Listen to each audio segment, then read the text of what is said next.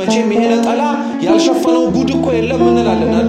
ይሄ ቀሚስ ይሄ ካባ ይሄ ምናምን ያልሸፈነው ምንም ነገር የለም እንላለን። እውነቱን ልንገራችሁ ከቀሚሱ ከካባው በላይ የእግዚአብሔር ቸርነት ያልሸፈነው ምንም ኃጢአት የለም እንጂ እሱ ቸርነቱን አርቆ በደላችን እርስ በርስ እንተያይ ወይም እዩት ቢለን ኖሮ እንኳን ቤተ መቅደስ ለመግባት ይቀርና ቤታችን ቆመን እንኳን እቺን ቅዱስ ቤተክርስቲያን ለማሰብ የአይምሮ ንጽህና እንኳን የለም። ልጆች ይሞታሉ ብሎ ማንንም አይገምትም። በነገራችን ሲወለዱ ያድጋሉ ነው እንጂ ሊሞቱ ይችላል ብሎ የሚያስብ ወላጅ አለ? ካለ ራሱ አታሟርተን የሚባል ሰው ካላረጀ የሚሞት አይመስለን። ክርስቲያኖች ልብ ብላችሁ ስሙ። ሞታችሁን ማሰብ በየእድሜ ክልላችሁ ካልጀመራችሁ በቀር ወደ እግዚአብሔር መንግስት ለመግባት መሞከር አትጀምሩ። ሰው ሁሌም ተኝቶ የሚነቃ ስለሚመስለው እኮ ነው ከትላንትናው ኃጢያቱ እያሳደረ ዛሬ የሚቀጥለው። ይሄ ወላጅ የሚያለቅሰውንም በእግዚአብሔር ለኔና ለእናንተ ያፈሰው። እኔና እናንተ ኃጢያት ስንሰራ እኮ እግዚአብሔርም እኮ የሚያዝነው ለዚህ ነው። ተስፋውኛ ነበርና ከኛ መካከል አንድ ሰው ሲናገር ይሰማኛል፣ ከኛ መካከል ሲያስተምር አንድ ሰው ልብ ገዝቶ ይለወጥልኛል ብሎ ማለት ነው። ኃጢያታቸውን አይተው ከማልቀስ ይልቅ የወንድሞቻቸውን በደል እያዩ እና እኔ ምን አደረኩኝ ገሌ ሲናርጎ የለ እንዴ እያሉ የሚመጻደቁ ሰዎች አድራሻቸው ቤተክርስቲያን ይሁን እንጂ እነሱ የሞቱ ሰዎች ናቸው። ቤተክርስቲያን ሆኖ ከመሞት እግዚአብሔር አምላክ ይሰውራችሁ። አንዳንድ ሰው ሊሞት የሚችለው ቤተክርስቲያን ውስጥ ነው እንዳልኳችሁ ምግባር ሃይማኖትን በማጣት። አንዳንዶቻችን ደግሞ ቤተክርስቲያን ውስጥ ምንም አይነት ህይወታችን እየተለወጠ እንዳልሆነ ያያየን ተስፋ ቆርጠን መውጣት የጀመርን ሰዎች ደግሞ አለ። በቃ አየው ተጠመቅ ያሉኝን ተጠመቅኩኝ፣ ሂድ ያሉኝ ገዳም ሄድኩኝ፣ ተማር ያሉኝን ተማርኩኝ፣ ጠጣ ያሉኝን ጠጣው፣ ተሳለም ያሉኝን ተሳለምኩኝ፣ ምንም ጠብ ያለ ነገር የለም። ስለዚህ ምናልባት እግዚአብሔር እዚህ እንዳልሰነብት ፈልጎ ሊሆን ይችላል ብሎ የራሱን ሐሳብ የሰይጣንን ድምጽ ሰምቶ ሊወጣ ያለ ሰው አለ።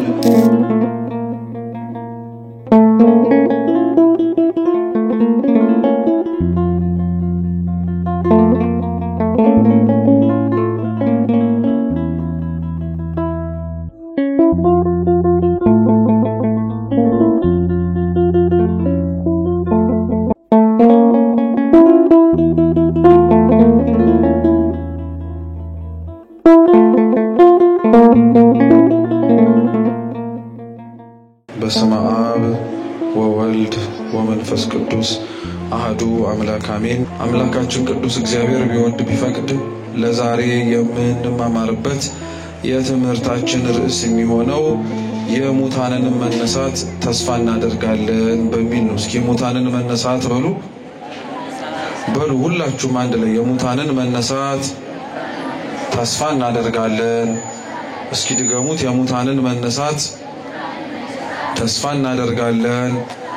ሶስተኛን በሉ የሙታንን መነሳት ምን እናደርጋለን? ጸሎተ ሃይማኖት ብለን በመንጸልየው የዘወትር ጸሎታችን ውስጥ ያለ አንድ አረፍተ ነገር ነው። በዚህ መነሻነት እንማራለን። አምላካችን ቅዱስ እግዚአብሔር በጉባኤያችን መሃል ተገኝቶ እንዲያስተምረን እንዲመክረን የምስጢር ደጁን ከፍቶ የራቀውን አቅርቦ የረቀቀውን አጉልቶ ለሁላችንም የምንሰማበትን ብቻ ሳይሆን ሰምተን የምንለወጥበትን ልቡና እንዲሰጠን የአምላካችን ቅዱስ ፈቃድ ይሁንልን። የሙታንን መነሳት ተስፋ እናደርጋለን የምትለዋን አረፍተ ነገር ወይም ኃይለ ቃል የምናገኛት ጸሎተ ሃይማኖት ብለን ዘወትር በመንጸልየው የዘወትር ጸሎታችን ውስጥ በሚገኘው የጸሎተ ሃይማኖት አንድ የጸሎት ክፍል ላይ ነው። ጸሎተ ሃይማኖት በቅድስት ቤተክርስቲያናችን ውስጥ ከሚጸለዩ ጸሎቶች መካከል በጣም ትልቅ ጸሎት ነው። ይህ ጸሎት አንደኛ የሃይማኖት ምስክርነት ነው። ይሄ ጸሎት አባቶቻችን ሊቃውንተ ቤተክርስቲያን ሃይማኖትን ለማጽናት በተነሱባቸው ጥያቄዎች ሌሎችም ደግሞ ከቤተክርስቲያን ውጪ ያሉ ጠያቂዎች ባነሷቸው ሐሳቦች ላይ የቤተክርስቲያናችንን አስተምህሮ ያስተማሩበት እኛም ደግሞ የተማርነውን ትምህርት የምንጸልይበት ነው። ክርስቲያኖች ቤተክርስቲያን የምታምነውን ነው የምትጸልየው፣ የምትጸልየውን ደግሞ ታምነዋለች፣ የምታስተምረውን ትጸልየዋለች፣ የምትጸልየውን ደግሞ ታስተምረዋለች። ይህ ጸሎተ ሃይማኖት እንደ ጸሎትነቱ ጸሎት ነው። ጸሎት ብቻ ግን ሳይሆን ትምህርትም ጭምር ነው። አንድ ሰው በነገራችን ላይ ምንድነው የምታምኑት ብሎ ቢጠይቃችሁ የምትመልሱለት መልስ ብታጡ የሃይማኖትን ጸሎት ግን በቃላችሁ ከያዛችሁት አሊያም ደግሞ ካላችሁም ጭምር ማንበብ ትችላላችሁ። ምክንያቱም ቤተክርስቲያናችን የምታምነውን እምነት በመልአት ይህ ነው ብላ የምትናገርበት አንደኛው የእምነት መግለጫዋ የሃይማኖት ጸሎት ነው። ይህ ጸሎት ደግሞ እንዳልኳችሁ በተነሱ የቤተክርስቲያን ጥያቄዎች ላይ አንደኛ የተመለሰ መልስ ነው። 3 የቤተክርስቲያናችን ዓለም አቀፍ ጉባኤያት የሚባሉ አሉ። የኒቂያ፣ የቁስጥንጥንያና የኤፌሶን የሚባሉት። በእነዚህ በሶስቱም ብዙ መናፍቃን ተነስተዋል። እነዛን መናፍቃን ወይም ከሃዲያንን ያጠየቁትን ጥያቄ መልስ ለመስጠት የጠየቁትን ጥያቄ ደግሞ የተሰጣቸውን መልስ የሚያምኑ ከሆነ ይቅርታ ጠይቀው የሚገባቸውን ቀኖና ወይም ማስተካከያ ወስደው ወደ ቤተክርስቲያን እንዲመለሱ ይደረጋል። የሚሰጣቸውን ቀኖና ግን የማያከብሩት ከሆነና በተሰጣቸው መልስ አናምንበትም ብሎ አሻፈረኝ የሚሉ ግን ከሆነ በቤተክርስቲያን ብሂል ውስጥ ጣት ገማ ተብሎ ቆርጦ አይጣልም የሚባል ነገር የለም። ስለሌላው ሰውነት ጤና ሲባል አንዳንዶች ራሳቸውን ለብቻቸው ተለይተው እንዲያዩ ተብሎ ከቤተክርስቲያን ሊለዩ ይችላሉ። ስለዚህ እነዚህን ሰዎች ሲለዩ ግን ተለዩ ተብሎ ችግራቸው ለብቻቸው ነው ተብሎ አይቀመጥም። ላሉት ሰዎች ማጽኛ እንዲሆን ተብሎ ትምህርት ይማራሉ። ትምህርታችንን ደግሞ ጸሎት አርጋ ቤተክርስቲያን በአባቶቻችን በኩል ጽፋት ሰጠናለች። ለምሳሌ ከአንዱ ከነዚህ ከጸሎት ሃይማኖት ውስጥ ከተነሱ ትምህርቶች ውስጥ አባቶቻችን መልስ ሰጥተውበት እኛ ደግሞ ያንን መልስ የምንጸልየው የአርዮስን ክህደት ነው። አርዮስ በቤተክርስቲያን ታሪክ ውስጥ ወልድ ፍጡር ነው ብሎ ክብር ይግባውና አምላካችንን ከፍጹም አምላክነቱ አሳንሶ ሰው ብቻ ነው ብሎ የተናገረበት ነው። አባው አባቶቻችን ቢችሉ አርዮስን ለመመለስ አስተምረውታል። እማልመለስ የማይመለስ ሰው እንደሆነ ግን ሲታወቅ አርዮስን ካወገዙት በኋላ የሱን ትምህርት ስህተት ነው ብሎ ከማለፍ ባለፈ መልስ ነው የሰጡት። እስኪ ሁሉን የፈጠረ በሉ። እንግዲህ በሉ ስላችሁ በሉ። ሁሉን የፈጠረ አንድ አምላክ በሚሆን በእግዚአብሔር አብ እናምናለን። ሰማይና ምድርን የፈጠረ የሚታየውና የማይታየውን ዓለም ሳይፈጠር ከእርሱ ጋር በነበረ አንድ የአብ ልጅ በሚሆን በጌታ በኢየሱስ ክርስቶስ ስም እናምናለን። ከብርሃን የተገኘ ብርሃን፣ ከእውነተኛ አምላክ የተገኘ እውነተኛ አምላክ፣ የተወለደ እንጂ አልተፈጠረ፣ በባህሪው ከአብ ጋር የሚተካከል፣ ሁሉ በእርሱ የሆነ ከሆነውም ሁሉ ያለ እርሱ ያልሆነ እያልን የምንቀጥለው በሙሉ ጸሎት አይደለም። በነገራችን ላይ ከጸሎትነቱ አስቀድሞ ለአርዮስ የተሰጠ መልስ ነው። አርዮስ የካደው ወልድን በስጋ ተመላልሶ ቢያየው አምላክ አይደለም ብሎ ነው። ስለ አምላክነቱ ነው መልስ የተሰጠው። አንደኛ ምን አለች እቺ ቤተክርስቲያን? ሁሉን የፈጠረ አንድ አምላክ በሚሆን በእግዚአብሔር አብ እናምናለን አለች። ከዛ ቀጠልንና የሚታየውና የማይታየውን ዓለም ሳይፈጠር ከእርሱ ጋር በነበረ ደግሞ በአንድ ልጅ በጌታችን በኢየሱስ ክርስቶስ እናምናለን አለች። አርዮስ የካደው ክህደት ወልድን በስጋ ሲመላለስ ሲያየው ያልነበረበት ዘመን ነበረ ብሎ ወደ ማሰብ ነው። ግን አበው መለሱለት፣ እንኳን የሚታየው ይሄ ዓለም ይቅርና የማይታየው ምንም ነገር ባልነበረበት ዘመን ላይ ሰው የሆነው አምላካችን ነበረ ብለው ተናገሩ። እየሰማችሁ ነው? ስለዚህ የሃይማኖት ጸሎት የመጀመሪያው የሃይማኖት ማጽኛ የትምህርት የቤተክርስቲያን የእምነቷ መግለጫ ነው። ሁለተኛ ሃይማኖት ጸሎት ወይም ደግሞ የሃይማኖት ጸሎት ብለን የምንጠራው ትምህርት ብቻ ሳይሆን ደግሞ ጸሎትም ጭምር ነው። እንዳልኳችሁ ጸሎቱ ራሱ ልክ አባታችሁ ነው ብላችሁ ከጨረሳችሁ በኋላ ስንጸልየው ጸሎተ ሃይማኖት ብለን የምንጀምረው የሃይማኖት ጸሎት የምናምነው ይሄንን ነው፣ ታምነን የምንኖረው በዚህ ነው እንደማለት ነው።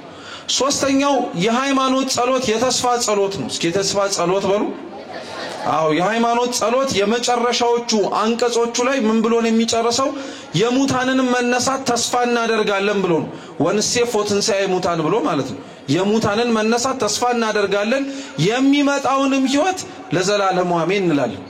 እንግዲህ የሙታንን መነሳት ተስፋ እንድናደርግ ያደረገን ነገር ቢኖር ወይም ስለ ሙታን መነሳት ስናወራ አሁን ላይ በደንብ በጥንካሬ እንድንናገር ያደረገን ነገር ቢኖር የአምላካችን ኢየሱስ ክርስቶስ ሞቶ ከሙታን መካከል መነሳቱ ነው።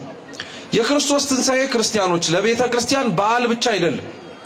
የክርስቶስ ትንሣኤ ዕለተ እሑድ ላይ ጌታ ተነሳ ብለን የምናከብረው አንድ ቀን ብቻ የሚቆይ ወይም የሚሰነብትም ስብከት አይደለም። የጌታችን የኢየሱስ ክርስቶስ ትንሣኤ የቤተ ክርስቲያን የትምህርቷ መሰረት ነው። ቅዱስ ጳውሎስ አንደኛ ቆሮንቶስ መልእክቱ ምዕራፍ 15 ላይ ሲናገር ምን ብሏል? ክርስቶስ ከሙታን ካልተነሳ ስብከታችን ከንቱ ነው ብሏል። ስብከታችን ምንድነው አለ? ከንቱ ነው፣ ምንም ዋጋ የለውም ማለት ነው። ምክንያቱም አምላካችን ሰው የሆነው ሊሞት ብቻ አይደለማ። እኛ የሞትነውን ሞት እርሱም ደግሞ በፈቃዱ ቀምሶ እኛ ልናገኘው ያልቻልነውን ሕይወት በሞቱ ለመስጠት ነው። ስለዚህ ከሙታን ካልተነሳ ስብከታችን ከንቱ ነው። የምንኖረው እምነት ምኑ ጋር ነው ታዲያ የሚያስደስተው? እውነት ነው የክርስቶስ መነሳት ስላለ፣ የሞትን ስልጣን ያሸነፈበት ኃይል ስላለ፣ መቃብርን እንዳንፈራውና እንዳንሰቀቀው ያደረገን ትልቅ ኃይል ስላለ የሙታንን መነሳት ተስፋ እናደርጋለን ብለን ስንናገር መጀመሪያ የምንናገረው እንዳንፈራ እንዳንደነግጥ ተስፋ የሰጠንን የክርስቶስን ትንሣኤ ነው። ይሄን ትንሣኤ እንግዲህ ማለትም የጌታችን ኢየሱስ ክርስቶስን አምላካችን መድኃኒታችን ኢየሱስ ክርስቶስ ባስነሳቸውና ባስተማራቸው በአራቱ ወንጌላውያን በአራቱም ወንጌላት የተጻፈ ነው። በማቴዎስም በማርቆስም በሉቃስም በዮሐንስም ወንጌል በአራቱም ወንጌላት የመጨረሻ ክፍሎች ላይ ሁሉም የጻፉት ርዕሰ ጉዳይ ቢኖር የክርስቶስን ትንሣኤ ነው። ልብ ብላችሁ ስሙ። ወንጌላውያን ወንጌልን ሲጽፉ አንዱ ጽፎት ሌላው ያልጻፈው ታሪክ አለ። ለምሳሌ የቃና ዘገሊላን ታሪክ ምንም እንኳን ሌሎቹ ሐዋርያት ቢኖሩ ስለ ታሪኩ ጽፎ የምናገኘው ግን የዮሐንስ ወንጌል ምዕራፍ 2 ላይ ዮሐንስን ብቻ ነው ወንጌላዊው። ሌሎችም እንደዚሁ ደግሞ አንዱ ላይ ተጽፈው ሌላው የማይገኙ እንዳሉ ሁሉ ሁሉም ላይ የተጻፉ ደግሞ አሉ። ለምሳሌ ስለ ክርስቶስ ሞት፣ ስቃይ፣ እንግልት በሁሉም ወንጌላት ላይ ተጽፏል። እንደዚሁ ሁሉ ትንሣኤውም በሁሉም ወንጌል የተጻፈ ትልቅ የቤተ ክርስቲያን ትምህርት ነው። ስለ ክርስቶስ ትንሣኤ ግን አስቀድመን ከማወቃችን በፊት ሁላችሁም ማለት ነው ጌታችን ኢየሱስ ክርስቶስ ምንም እንኳን በፈቃዱ ለመሞት በፈቃዱ ለመነሳት የመጀመሪያውም የመጨረሻውም ቢሆን ከሙታን መካከል ለመነሳት ግን እርሱ የመጀመሪያው አይደለም። ልብ ብላችሁ አዳምጡ አደረ። ጌታችን ኢየሱስ ክርስቶስ በመጽሐፍ ቅዱስ ላይ ሞተው የነበሩ ያስነሳቸው እሱ ሞቶ ከመነሳቱ በፊት የነበሩ 3 ሰዎች አሉ። ስንት ሰዎች? ልብ ብላችሁ ስሙኝ። ስንት ሰዎች? 3 ሰዎች አሉ። የነዚህ 3 ሰዎች ትንሣኤ ከክርስቶስ ትንሣኤ የሚለይ ትንሣኤ ነው። ምክንያቱም እነዚህ 3 ሰዎች ሲሞቱም በፈቃዳቸው አልሞቱም፣ ከሙታን መካከል ሲነሱም በፈቃዳቸው አልተነሱም። የጌታን ትንሣኤ የትንሣኤ በኩር የሚያስብለው ትንሣኤውን ልዩ ትንሣኤ ነው የሚያስብለው ጌታችን ሲሞት በራሱ ስልጣን ነው፣ ሲነሳም በራሱ ስልጣን ነው የተነሳው። ግን እርሱ ሞቶ ከመነሳቱ አስቀድሞ ከሙታን መካከል ያስነሳቸው 3 ሰዎች አሉ። እንግዲህ ጌታችን 3 ሰዎችን ከሙታን መካከል አስነስቷል ሲባል ሌሎችን ከሙታን አላስነሳም ይያልን አይደለም። እንኳን 3 ይቅርና አምላካችን በተሰቀለባትና ነፍሱን ከስጋው በገዛው ፈቃዱ በለየባት በዛች የዕለተ ስቅለት ላይ በጌታችን ሞት ምክንያት አንዱ ከተፈጸሙ ተአምራት መካከል መቃብሮች ተከፍተው ሙታን ተነስተው ነበር። በኢየሩሳሌም ዙሪያ ከ500 በላይ የሞቱ ሰዎች ተነስተው ክርስቶስ ተሰቅሎ በነበረበት ጊዜ ላይ እነሱ ሕይወት አግኝተው ሲመላለሱ ነበር። እነዚህ 3 ትንሣኤዎች ግን ክርስቶስ ከመሰቀሉ በፊት ከመያዙ በፊት ከመንገላታቱ በፊት እርሱ ሞቶ ከመነሳቱ በፊት የነበሩ ወንጌላውያን ጽፈውልን የምናገኛቸው ትንሣኤዎች ናቸው። እኒህን ትንሣኤዎች ነው 3ቱን ተመልክተን እኛ ከነዛ ትንሣኤዎች ምን የምንማረው ቁም ነገር እንዳለ የምናየው። እየሰማችሁ ነው? እግዚአብሔር ከሁላችን ጋር ይሁን። በወንጌላቱ ደረጃ ቅደም ተከተል እንውረድ። እስኪ ማቴዎስ በሉ እንጂ ማቴዎስ በሉ፣ ማርቆስ፣ ሉቃስ፣ ዮሐንስ። እኒህ 4 ወንጌላት የሚባሉት እነዚህ ናቸው። በአራቱ ወንጌላት ውስጥ ጌታችን ኢየሱስ ክርስቶስ ከሙታን እንዳስነሳቸው ተጽፎ የምናገኛቸው 3 ሰዎችን የምናገኘው አንደኛ የማርቆስ ወንጌል ምዕራፍ 5 ላይ፣ ሁለተኛ የሉቃስ ወንጌል ምዕራፍ 7 ላይ፣ ሶስተኛ ደግሞ የዮሐንስ ወንጌል ምዕራፍ 11 ላይ። 3ቱንም በቅደም ተከተላቸው እንመልከት። እስኪ የማርቆስ ወንጌል በሉ ምዕራፍ 5 ወንጌሉ ሲናገር ይሄንን ታሪክ የሚጀምረው አንድ ወለተ ኢያይሮስ የሚባል ወይ ኢያኢሮስ የሚባል የምኩራብ አለቃ ነበር እና ያ የምኩራብ አለቃ ልጁ በጠና እንደታመመችበት በሰማበት ጊዜ ላይ ወደ ጌታችን ወደ ኢየሱስ ክርስቶስ እየሮጠ ሄደና ልጁ እንደታመመችበትና እንዲፈውሳት እንደሚፈልግ ለመነ እና ያ ወለተ ኢያኢሮስ በነገራችን ላይ በጣም የሚገርም ለማኝ ነው ለምን መሰላችሁ ኢያኢሮስ የምኩራብ ወይንም ደግሞ የአይሁድ ቤተ ጸሎት ውስጥ ያገለግል የነበረ አንድ ሰው ነው አይሁድ ደግሞ እንደምታውቁት ክርስቶስን ይወዱታል አይጭነቃችሁ እንጂ ክርስቲያኖች የጨነቃችሁ ጊዜ ላይ ሰው ሊያገኛችሁ የማይጠብቅበት ቦታ ላይ ያገኛችኋል ኢያኢሮስ ወዶ አይደለም ክርስቶስ ጋር የሄደው የሞከረው ነገር በሙሉ ልጁን ሊያድንለት ስላልቻለ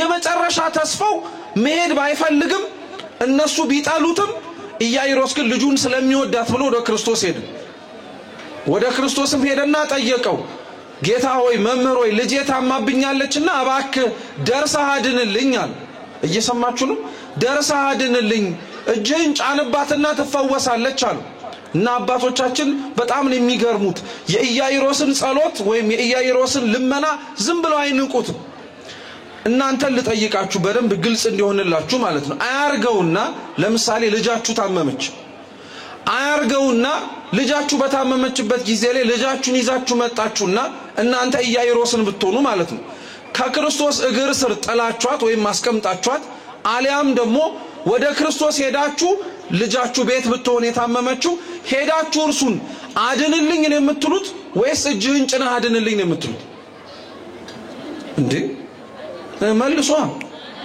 አድንልኝ ነው የምትሉት ወይስ እጅህን ጭነህ አድንልኝ ነው የምትሉት ጉዳያችሁ ከማዳን ጋር ከሆነ አይደለም እጁን እግሩንም ቢጭንባት ጉዳያችሁም አይደለም ብቻ ምን እንድታረግ ብቻ ነው የምትፈልጉት እንድትድን ነው አንዳንድ ሰው በሚጸልየው ጸሎት ውስጥ ከእግዚአብሔር የሚፈልገውን ነገር መለመን ያለበት እንዲያደርግለት ነው እንጂ እርሱ በመረጠበት መንገድ እንዲያደርግለት አይደለም እንዴ አይደለም እጁን ጭኖ በሌላ መንገድም ቢያድናት መዳኗ እኮ አይቀርም አንዳንድ ሰው እግዚአብሔር እንዲሰራው የሚፈልገው በህይወቱ እርሱ በመረጠበት ነው እንጂ እግዚአብሔር ባሰበለት መንገድ አይደለም ኢያኢሮስ የሚገርመው ለዛ ነው እጅህን ብጭንባት ትድናለች አለ ክርስቶስ ላይሄድበት የሚችልበት ምክንያት አለው አንደኛ ሊይዙት የሚፈልጉ አይሁድ ማህበር ውስጥ ያለ ሰው ነው ኢያኢሮስ እኔ ምን አገባኝ ታዲያ አንተ ልትሰቅለኝ ልታንገላታኝ እየፈለክ ደሞ ልጅህን ወርጄ ላድንልህ ማለት ይችል ነበር ምንም አላለው እሺና እንሂዳል እሺና እንሂዳል ክርስቶስና ኢያኢሮስ አብረው በመንገድ እየሄዱ ሳለ ደግሞ ሌላ አንዲት ሴት መጣች መንገድ በገበያ መካከል ሲያልፍ ትናንትና ከ12 ዓመት በፊት ማለት ነው ጤነኛ የነበረች ሴት ነበረች አንድ ቀን ተኝታ ከእንቅልፏ ስትነሳ ግን ላይቋረጥ ከሰውነቷ ደም መፍሰስ ጀምሮ ነበር ደም እየፈሰሳት መቆየት ከጀመረች ደግሞ 12 ዓመት አስቆጥራለች እቺ ሴት 12 ዓመት ሙሉ ደም ሲፈሳት ለባለ መድኃኒቶች ያልሰጠችው ገንዘብ የለም እንዲያድናት ያልጠየቀችው ሐኪም የለም ግን ልድን አልቻለችም ልብ ብላችሁ ስሙ ቅዱስ ዮሐንስ አፈወርቅ ምን ይላል መሰላችሁ ይህቺ ሴት በባለ መድኃኒቶች እጅ እንዳትድን ያደረገው ባለ መድኃኒቶች ላይ አድሮ እግዚአብሔር ስለማይሰራ አይደለም ነገር ግን እንድትድን የፈለገው በባለ መድኃኒቶቹ እጅ ሳይሆን በራሱ በእግዚአብሔር እጅ ስለሆነ ነው ይላል እየሰማችሁ ነው አንዳንድ ሰው ጤና ተቋማት ላይ ሄዶ ሳይድን ሲቀር በጣም ተስፋ ይቆርጣል የትም ሄጄ ልድን አልቻልኩም ሐኪም ቤትም ሄድኩኝ ቤተክርስቲያንም ወደኩኝ ማንንም ሊያድነኝ አልቻለም ይላል እቺ ሴት ትዝ ትበላላችሁ 12 ዓመት ሙሉ ሐኪም ቤት ስትመላለስ ለባለ መድኃኒቶች ገንዘቧን ስትሰጥ ልትድን ያልቻለችው ሐኪሞቹ ሳያድኑ ቀርተው አይደለም ባለ መድኃኒቶቹ በሽታዋን ሊፈውስ የሚችል ነገር እንዳያደርጉ እግዚአብሔር የፈቀደው ማን እንዲያድናት ስለፈለገ ነው እግዚአብሔር ሁላችንን የሚፈውሰን ሰው ባሰበበት መንገድ የማይሄድበት እግዚአብሔር ለዛ ሰው ያሰበለት ሌላ ሐሳብ ስላለ ነው ስለዚህ ያቺም ሴት 12 ዓመት ሙሉ ደም ሲፈሳት የነበረችው ማለት ነው ክርስቶስ የኢያኢሮስን ልጅ ሊያድን መንገድ ላይ ሲሄድ እየሄደ እንደሆነ ሰማችና የልብሱን ጫፍ ብነካ ደሜ ቀጥይልልኛል ብላ አሰበች አመነች በመንገድም መካከል እየሄደ ክርስቶስ አምላካችንን ተጠጋችውና ከዛ ሁሉ ሰው መካከል ልብሱን ነካችው እንደው አንዳንድ ጊዜ ላይ ታሪክ ሲነገር ሄዳ ልብሱን ነካችው ሲባል በጣም ያን ያክል ሰው ቦታ ይሰጠው ልንገራችሁ አይሁድ እንደ ስርዓታቸው ከሆነ ደም የሚፈሰውን ሰው እንኳን ሊያቀርቡ ይቅርና የነካው ሰው እንኳን የረከሰ ሰው ነው የሚባለው። ማህበረሰቡ አግልሏታል። ያቺ ሴት በሽተኛ ስለሆነች ሊያስታምማትም አይፈልግም። ምክንያቱም እሷን በመንካት ውስጥ መርከስ እንዳለ ስለሚያውቁት። ስለዚህ ያቺ ሴት ወጣ ሰው የተሰበሰበበት ቦታ ላይ ጌታዬ ልንካ ብላ ስትሄድ ሰው ሊገፋት ይችላል፣ ሊሰድባት ይችላል፣ ሊፈለገውን ሊያረጋት ይችላል። በህይወቷ ላይ ቆርጣ ነው ሄደችው። እግዚአብሔር ጋር ስትመጡ ቆርጣችሁ ነው ክርስቲያኖች፣ አታወላውሉ። በቃ ሊያስመጣ የሚችል ምክንያት አለ፣ ግን እሱን አትመልከቱት። ቀጥ ብላችሁ መጣች። ወዲያውኑ ወደ ጌታችን ወደ ኢየሱስ ክርስቶስም ልብሱን ነካችው። ደሟ ቀጥ ሲልላት ክርስቶስም ዞረና ምን አለ? ኃይል ከሰውነቴ ሲወጣ ተሰምቶኛል። ማን የነካኛል? ያ ሁላ ሰው ሲተራመስ እኮ ነክቶታል። ከሷ መካከል ነሱ መካከል ግን በእምነት የነካው አንድ ሰው ብቻ ነበር። ይሄ ሁላ ሰው አሁን ቤተክርስቲያን ውስጥ መጥቷል አይደል? በእምነት ይሄን የመጣው አንድ ሰው። ስለዛ በእምነት ስለመጣው ሰው ብለው ግን እግዚአብሔር አምላክ የሁላችንንም ልመና ይሰማል። የሁላችንንም ልመና አምላካችን ያድምጥልን። አዳናት፣ ፈወሳት፣ ኃጢአትሽ ተሰርዮልሻል ብሎ አሰናበታት። ክርስቶስም ኃጢአትሽ ተሰርዮልሻል ብሎ መንገድ ጀመረ እና መንገድ ሲጀምር ግን ታስታውሱ ከሆነ ኢያኢሮስ የሚባለውን ጌታችን ኢየሱስ ክርስቶስ በልብሱ ጫፍ ከፈወሳት በኋላ መንገዱን የኢያኢሮስን ልጅ ታማለች ብሎ ስለለመነው ሊያድናት እየሄደ ሳለ ግን ከኢያኢሮስ ቤት ሌሎች ሰዎች እየሮጡ መጡና ምን አሉት? እንግዲያውስ መምህሩን አታድክመው፣ ልጅህ ሞታለች አሉት። መጀመሪያ ላይ ኢያኢሮስ ክርስቶስን ለማነጋገር ሲሄድ ልጄ ታማለች፣ እጅህን ብጭንባት ትድናለች ብሎ ነበር ሄደው። አሁን ደግሞ ሊያድናት መንገድ ላይ ያለ ደግሞ እንደሞተች ለዛው ለኢያኢሮስ አረዱት። እዛው አታድክመው፣ በቃ ክርስቶስን ይሄንን መምህር ሸኘው፣ በቃ ልጅቲቱ ታማ ቢሆን ኖሮና ቢደርስ ነው እንጂ ሞታማ ከሆነ እንዴት ሊያድናት ይችላል እንደማለት ነው። ክርስቶስ ግን ያ ሐዘንተኛ ያለበት የኢያኢሮስ ቤት ልጁ እንደሞተችበት ውሰዱኝ ብሎ አብሯቸው ሄደ። ወደ ኢያኢሮስም ቤት አብሯቸው ዘልቆ ከገባ በኋላ ብዙ ሰዎች እያለቀሱ ብዙ ሰዎች እያነቡ ተመለከተ። ጌታችንም ምን አለ? አታልቅሱ፣ ይህች ልጅ ተኝታለች እንጂ አልሞተችም አለ። መቼም ማንኛውም ሰው ጤነኛ ከሆነ የመተኛትንና የእንቅልፍ ልዩነት ያውቃል። እነዚህም ሰዎች ሁሉ ልጅቲቱ አልሞተችም ተኝታ ነው ሲሏቸው ወዲያውኑ ሳቀች። ወዲያውኑ ሁሉም ሰው ሳቀ።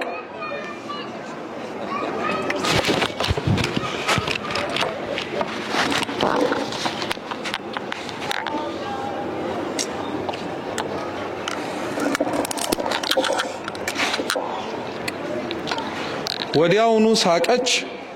ቤተሰቦቹ በሙሉ ሳቃቸውን በሙሉ ሲያለቅሱ የነበሩት በሙሉ በአንዴው ሳቁ። ለምን እንዳልኳችሁ የመተኛትና የመሞትን ልዩነት ስለሚያውቁ ነው። ማናችሁም አሁን ቤታችሁ ሳላችሁ ከናንተ ቤተሰብ መካከል አንድ ሰው ቢተኛ ተኛ ብላችሁ አታለቅሱም። ምክንያቱም ሲነጋ ተቀስቅሶ አሊያም ደግሞ ነቅቶ መነሳቱ ስለማይቀር። የሞቱ ሰዎችም በነገራችን ላይ ተመሳሳይ ነው። የተኙበትን እድሜ ርዝማኔ አናውቀው ይሆናል እንጂ መነሳታቸው የማይቀር ጉዳይ ነው። ስለዚህ ጌታችን ኢየሱስ ክርስቶስ ተኝታለች እንጂ አልሞተችም አላቸው። ሁሉም ሲስቁ ምን አረገ ታዲያ? ሁላችሁም ውጡ አለና የምስጢር ደቀ መዛሙርት የሚባሉትን ቅዱስ ጴጥሮስን፣ ቅዱስ ያዕቆብንና ወንድሙ ቅዱስ ዮሐንስ ወንጌላዊውን አብሮ አስቀመጣቸውና ልጅቲቱ ሞታበታለች የተባለው አልጋ ላይ ተጠጋና ጌታችን ኢየሱስ ክርስቶስ እንዲህ ብሎ ተናገረ። ጣሊታ ጣሊታ ተነሽ አለ። እስኪ ጣሊታ በሉ እንጂ ጣሊታ ተነሽ። ጣሊታ ማለት በዕብራይስጥ አንቺ ልጅ እንደማለት ነው። አንቺ ልጅ ተነሽ አላት። ወዲያውኑ ተነሳች። ጌታችን ምን አለ? የምትበሉትን አምጡላትና ትብላ አለ። ለምን የተነሳችው? በምትሃት ሳይሆን የእውነት እንደሆነ እንዲያውቁት ነው። ታስታውሱ ከሆነ ጌታችን ኢየሱስ ክርስቶስ በጉባኤ ወይም በህብረት እያሉ ትንሳኤውን የገለጠባቸው ቦታዎች 3 ናቸው። አንደኛው ትንሳኤ ነው። ሁለተኛው በሳምንቱ ለቅዱስ ቶማስ ለመገለጥ የመጣበት ዳግም ትንሳኤ ነው። ሶስተኛው ደግሞ የዮሐንስ ወንጌል ምዕራፍ 21 ላይ ያለው የጥብርያዶስ ባህር ዳርቻ ላይ ጌታችን ሲገለጥላቸው አሳ ያጠመዱ ነበረ። ሊበሉ የፈለጉትን ነገር ለማግኘት ታንኳ ላይ ሆነው መረባቸውን ጥለው ነበር። ጌታችን ታያቸው። ከነሱ መካከል አንዱ ቅዱስ ዮሐንስ ጌታ እኮ ነው ብሎ ተናግረው ሁሉም ተሰበሰቡ። ልብ ብላችሁ ስሙ። ቅዱስ ወንጌላችን ታዲያ ምን ይላል? እነርሱም ከባህሩ ላይ አሳ ማጥመዳቸውን ጨርሰው ወደ ጌታ ሲመጡ የሚበሉት ምግብ ተዘጋጅቶላቸው ነበርና አብሯቸው በላ ይላል። ምን አርጓቸው በላ? አብሯቸው በላ። ክርስቶስ አብሯቸው የበላው ከትንሳኤ በኋላ ልክ ከትንሳኤ በፊት እንደነበረው የሚራብ የሚጠማ ሆኖ አይደለም። ከትንሳኤ በኋላ ጌታችን ኢየሱስ ክርስቶስ እንዲህ አይነቱ ነገር አልነበረበትም። ያም ለኛ ማሳያ ነው። ሰው ዳግም ከሙታን መካከል ከተነሳ በኋላ አሁን ሰውነታችሁንና ስጋችሁን እንደምታውቁት የሚራብ የሚጠማ የሚደክም የሚጎሰቁል የሚወዛ አይነት አይሆንም። ራሱ ሆኖ ግን ይታደሳል። ስለዚህ ጌታችንም አብሯቸው የበላው የነበረው እውነት እርሱ አብሯቸው ትላንትና ሲበላ የነበረው አምላካቸው እንደሆነ የእውነት ነው እንጂ ሳይጠራጠሩ እንዲያምኑት ምትሃት እንዳልሆነ እንዲያውቁ። ጣሊታንም ለዛ ነው ከሙታን ካስነሳት በኋላ የምትበላውን ምግብ ስጧታል። በላች። ጣሊታም ከሙታን መካከል ተነሳች። የጣሊታ ታሪክ ላይ ወንጌላችን የማርቆስ ወንጌል ምዕራፍ 5 ላይ ተጽፎ የምታገኙት ክርስቶስ አንዲትን የሆነች ልጅ ለማስነሳቱ ማሳያ ብቻ አይደለም። በወንጌል ላይ ተጽፎ የሚገኝ ማናቸውም ተአምር ክርስቲያኖች ለኛ አሁን ላለነው ሰዎች እነዛ ታሪኮች ተጽፎ የሚገኙበት ምክንያት ስላለው። ጣሊታ ብዙ ሰዎችን ትወክላለች። አንደኛ ያቺ ልጅ ሰው አይፈልግ እንጂ አይምረጥ እንጂ በህይወታቸው ገና ሮጠው ሳይጠግቡ ብዙም ሳይሄዱ የሚሞቱ ህፃናት አሉ የሉ አሉ። ስለዚህ ጣሊታ መሞቷን ስታዩ ሰው የሚሞተው ሲያረጅና ከፍ ሲል ብቻ አይደለም፣ ልጅ ሆኖም ሊሞት ይችላል የሚለውን እንድናስታውስ። ሁለተኛው ጣሊታ የሞተችበት ቤት ቤተክርስቲያንን ይመስላል። ጣሊታ ሞታለች ማለት አንዳንድ ሰው ቤተክርስቲያን ውስጥ ሆኖ ከእምነቱም የሞተ ከምግባሩም የሞተ ሰው አለ። ስሙን ክርስቲያን የሚለውን ተሸክሞታል እንጂ ምንም ክርስቲያን የማይሸጥ የማይል አኗኗሩ ከአሕዛብ ያልተናነሰ። ልክ አሁን በተለምዶ አንዳንድ ጊዜ ላይ ብዙ ክፋት ስናይ ሰው ሲል ሰምታችሁ አታውቁም? መቼም ይሄ ነጠላ ያልሸፈነው ጉድ እኮ የለም እንላለን አይደል? ይሄ ቀሚስ ይሄ ካባ ይሄ ምናምን ያልሸፈነው ምንም ነገር የለም እንላለን። እውነቱን ልንገራችሁ ከቀሚሱ ከካባው በላይ የእግዚአብሔር ቸርነት ያልሸፈነው ምንም ኃጢያት የለም እንጂ እሱ ቸርነቱን አርቆ በደላችን እርስ በርስ እንተያይ ወይም እዩት ቢለን ኖሮ እንኳን ቤተ መቅደስ ለመግባት ይቀርና ቤታችን ቆመን እንኳን እቺን ቅድስት ቤተክርስቲያን ለማሰብ የአይምሮ ንጽህና እንኳን የለም። ቸር ስለሆነ ነው እግዚአብሔርን ያረገው። ቸር ስለሆነ ነው አምላክ ይህን የሸፈነው። ጣሊታ ለዛ ነው ቤተክርስቲያን ውስጥ ሆኖ የሞቱ ሰዎችን ታስታውሳለች። ይሄ እውነቱን ልንገራችሁ ቤተክርስቲያን ውስጥ ሞቱ የሚባሉት ሰዎች እንዳልኳችሁ ያሉበትን ቦታ መስለው የማይገኙ ናቸው። እንደ አገልጋይነታቸው በርትተው የማያገለግሉ፣ እንደ ክርስቲያንነታቸው ለንስሐ ለቅዱስ ቁርባን የዘገዩ አያስፈልግም የሚሉ ራሳቸውን ኃጢያታቸውን አይተው ከማልቀስ ይልቅ የወንድሞቻቸውን በደል እያዩ እና እኔ ምን አደረኩኝ ገሌስ ይህን አርጎ የለ እንዴ እያሉ የሚመጻደቁ ሰዎች አድራሻቸው ቤተክርስቲያን ይሁን እንጂ እነሱ የሞቱ ሰዎች ናቸው። ቤተክርስቲያን ሆኖ ከመሞት እግዚአብሔር አምላክ ይሰውራችሁ። በጣም ትልቅ ክፋትም ሳይሆን ትልቅ ውድቀት ነው። በነገራችን ሰው እንዴት ነው ህይወት የሚሰጠው ቤት ውስጥ ሆኖ የሚሞተው? ሰው እንዴት ነው እንጀራ ያለበት ቤት ውስጥ ሆኖ የሚራበው? ሰው እንዴት ነው መጠጥ ያለበት ቤት ውስጥ ሆኖ የሚጠማው? የኛ ህይወት ይሄ ነው። እንጀራ ያለበት ቤት ውስጥ ሆነን እንደ ተራብን በጣም ብዙ አመት ቆይተናል ከክርስቶስ ስጋ። መጠጥ ያለበት የክርስቶስ ደም የሚቀዳበት ቤት ውስጥ ሆነን መጠጣት ሳንችል ከተጠማን ብዙ ዘመን ሰንብተናል። ጣሊታ ማለት እንደኛ ቤተክርስቲያን ውስጥ ሆነው የሞቱ ሰዎችን እግዚአብሔር አይገርማችሁም ታዲያ? ቤተክርስቲያን ውስጥ ሆነው የሞቱትን ሰዎች እኮ ዝም ማለት ይችላል።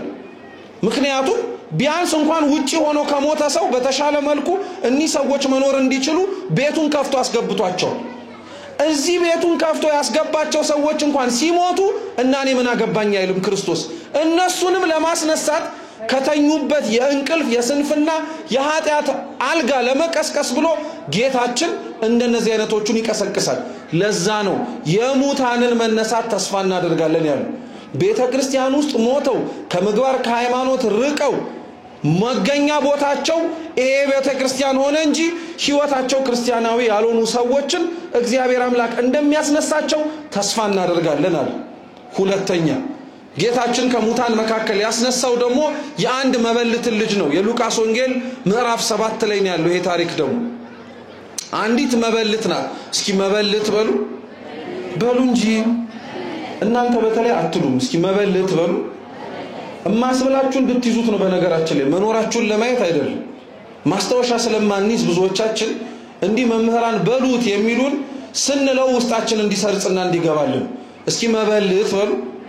መበለት ማለት ባሏ የሞተባት ሴት ማለት ነው። እቺ ሴት መበለት ናት። ባሏ ሞቶባታል። እሱ ደግሞ ሳያንስ አሁን ልጇ ሞተባት። በእንቅርት ላይ ጆሮ ደግፍ ማለት ይሄ ነው። ባሏ ቢሞት ልጄ ይቆረኛል ብላ አስባ ነበር። ልጇ ደግሞ ገና ሳይጦራት በጉብዝና ወራቱ ገና ወጣት እያለ ሞተባት። እያለቀሰች እያነባች ልጇን ለመቅበር በቃሬዛ ከሌሎች ሰዎች ጋር አሸክማት ይሄድ ነበር። ክርስቶስም ስለዚህ ከሩቅ ሆኖ አሁንም ተመለከታቸው። እያለቀሱ እያነቡ ነው። ያችን መበለት ቀረባትና ለምን ታለቅሻለሽ አላት። የደረሰባትን ሐዘን ነገረች። አታልቅሽ ያለና ያ ወጣት ወይንም ደግሞ ያ የሞተው ጎልማሳው ሰው ተሸክመው የሄዱበት የነበረውን ቃሬዛን ያዘው። ምኑን ያዘው? ወንጌል ላይ አንዲት ያለ ምክንያት የተጻፈች ቃል የለችም። ልባችሁ ስሙ። ቃሬዛውን ያዘውና አንተ ጎበዝ ተነስ አለ። ወዲያውኑ ያ ሊቀበር ገንዘው ይወስዱት የነበረው ሬሳ ቀጥ ብሎ ተነሳ። ይሄም ምትሃት አይደለም፣ የእውነት ነው። አሁንም ግን ልክ እንደ ጣሊታ ክርስቶስ ሊያስተምረን የፈለገው ቁም ነገር ስላለ ነው ወንጌላውያን ይሄንን ተአምር የጻፉት። ክርስቶስ እኮ ነገርኳችሁ እንኳን 3 ይቅርና 500 ሙታን አስነስቷል። የ500ም ሞተው የተነሱት ሰዎች ታሪክ ቢጻፍ እኮ ይሄን ስንት የምንማርበት ቁም ነገር ነበር። ግን ነገር ቢበዛ በአህያ ይጫንም፣ ነገሩን ቢበዛ አይምሮአችን ፈዞ ስለማይዘው እግዚአብሔር ድክመታችንን ስለሚያውቅ ቢያንስ 3 አጽፎልን። ያ የወጣቱ መሞት ምን የሚያስተምረን ቁም ነገር አለ? አንደኛ ተመሳሳይ ነው። ልጆች ይሞታሉ ብሎ ማንንም አይገምትም። በነገራችን ሲወለዱ ያድጋሉ ነው እንጂ ሊሞቱ ይችላል ብሎ የሚያስብ ወላጅ አለ? ካለ ራሱ አታሟርተን የሚባል። ምናልባት አሁን ወጣቶች በጣም እየሞቱ እንደሆነ በሀገርም በየትም ቦታ እየሰማን ስለሆነ ግን አሁን ወጣት ይሞታል ሲባል አታሟርት ከማለት ባለፈ ትንሽ አረ እንደው እግዚአብሔር ይህን ያምጣ ወደ ማለት ተስተካክለ ነው። ድሮ እኮ ግን ወጣትም የሚሞት አይመስለን፣ ልጅም የሚሞት አይመስለን፣ ሰው ካላረጀ የሚሞት አይመስለን። ክርስቲያኖች ልብ ብላችሁ ስሙ። ሞታችሁን ማሰብ በየእድሜ ክልላችሁ ካልጀመራችሁ በቀር ወደ እግዚአብሔር መንግስት ለመግባትም መሞከር አትጀምሩ።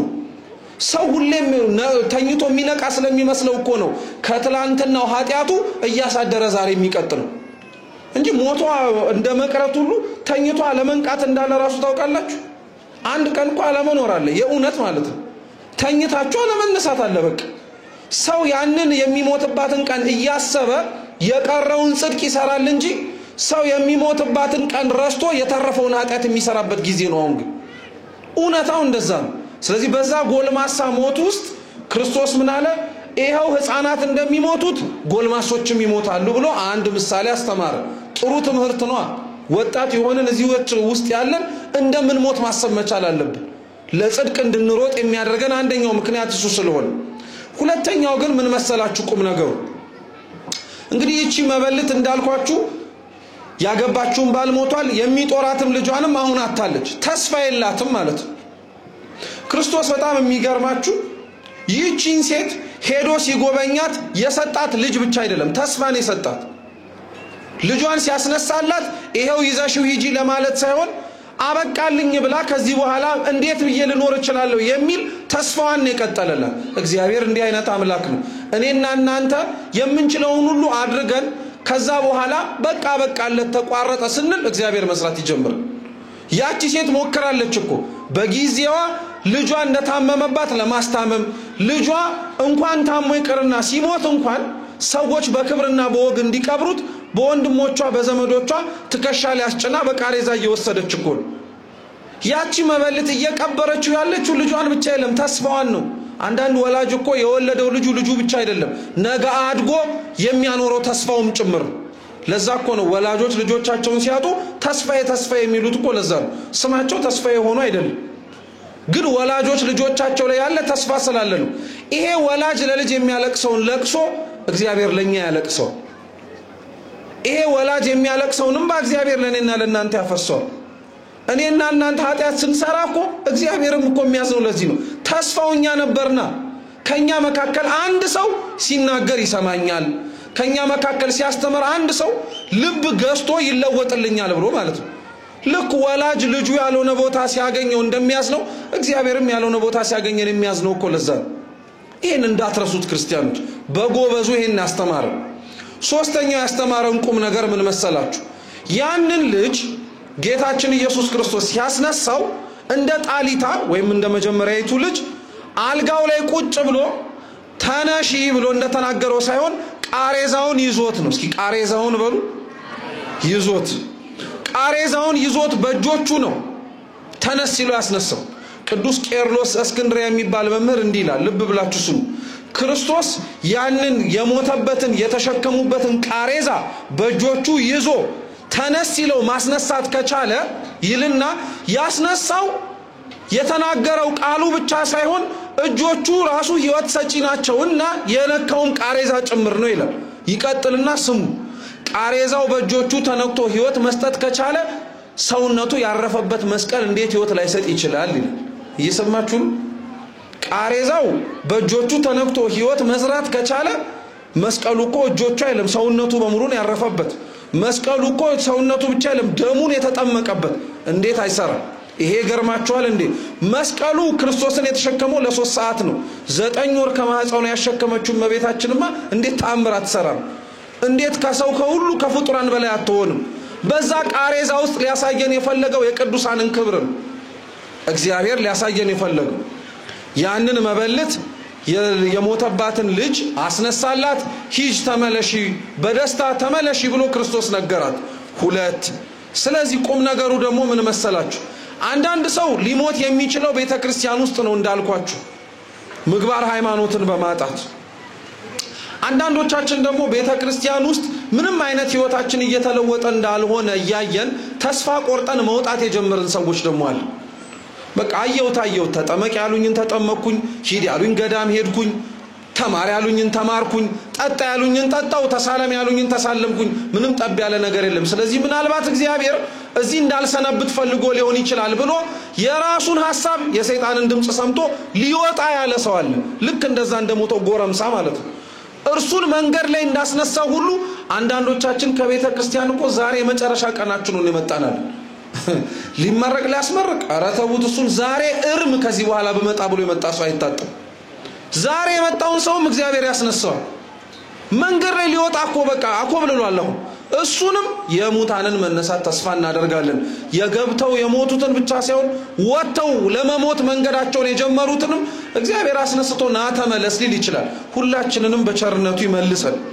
ሶስተኛው ከሙታን መካከል ያስነሳው ደግሞ ክርስቶስ የሚወደውን አልዓዛርን። አልዓዛር ከሌሎቹ መካከል በጣም የሚለየው ምንድነው? አንደኛ ክርስቶስ ጣሊታንም ሆነ ያንን ጎልማሳ ሰው የሚያውቃቸው እንደ አምላክነቱ በመፍጠር ታሟል ተብሎ እነሱን ለማዳን በመጎብኘት ነው እንጂ እንደነ አልዓዛር በጣም ብዙ ጊዜ ቤታቸው እየተመላለሰ የሚሄድ ባልንጀራ ወይም ወዳጅ አይደለም። አልዓዛርን ክርስቶስ ብዙ ጊዜ ያውቀዋል፣ ክርስቶስም አልዓዛርን ያውቀዋል። ኢየሩሳሌም በቢታንያ በኩል ባለፈበት ጊዜ ሁሉ አብዛኛውን ጊዜ እና አልዓዛር ቤት ነው የሚያርፉ ክርስቶስ። ስለዚህ ከዕለታት አንድ ቀን ይሁዳ በነበረበት ወቅት ላይ የአልዓዛር እህቶች ማርታና ማርያም ልክ እንደ መጀመሪያው እንደ ኢያኢሮስ ምን ብለው ለክርስቶስ መልእክት ላኩበት? የምትወደው ታሟል አሉት። ያው እንደ ታመመ የነገሩት ከበሽታው እንዲፈውሰው ቶሎ እንዲመጣ ነው።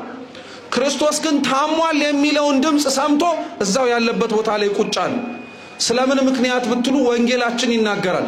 ክርስቶስን በገሃድ ሲመላለስ ቢያገኙት ሊይዙት ይፈልጉ ነበርና ዝም ብሎ ቁጭ አለ። ከዛ ውጪ ግን ምን ለማስተማር ፈልጎ እንደሆነ ልንገራችሁ። አልዓዛርን ክርስቶስ ያገኘው ታሟል ተብሎ ከተነገረው በኋላ ሳይሆን ሞቶ ከተቀበረ ከ4 ቀን በኋላ ነው። ከ4 ቀን በኋላ ነው ያገኘው። ክርስቶስ ሲነገረው ወዲያውኑ ለምን ቶሎ አልመጣም ብትሉ አምላካችን የሞቱትን የሚያስነሳው ትኩስ ሬሳ ብቻ ሲሆኑ አይደለም፣ ሞተው ከሰነበቱ ራሱ በኋላ ማስነሳት ይችላል።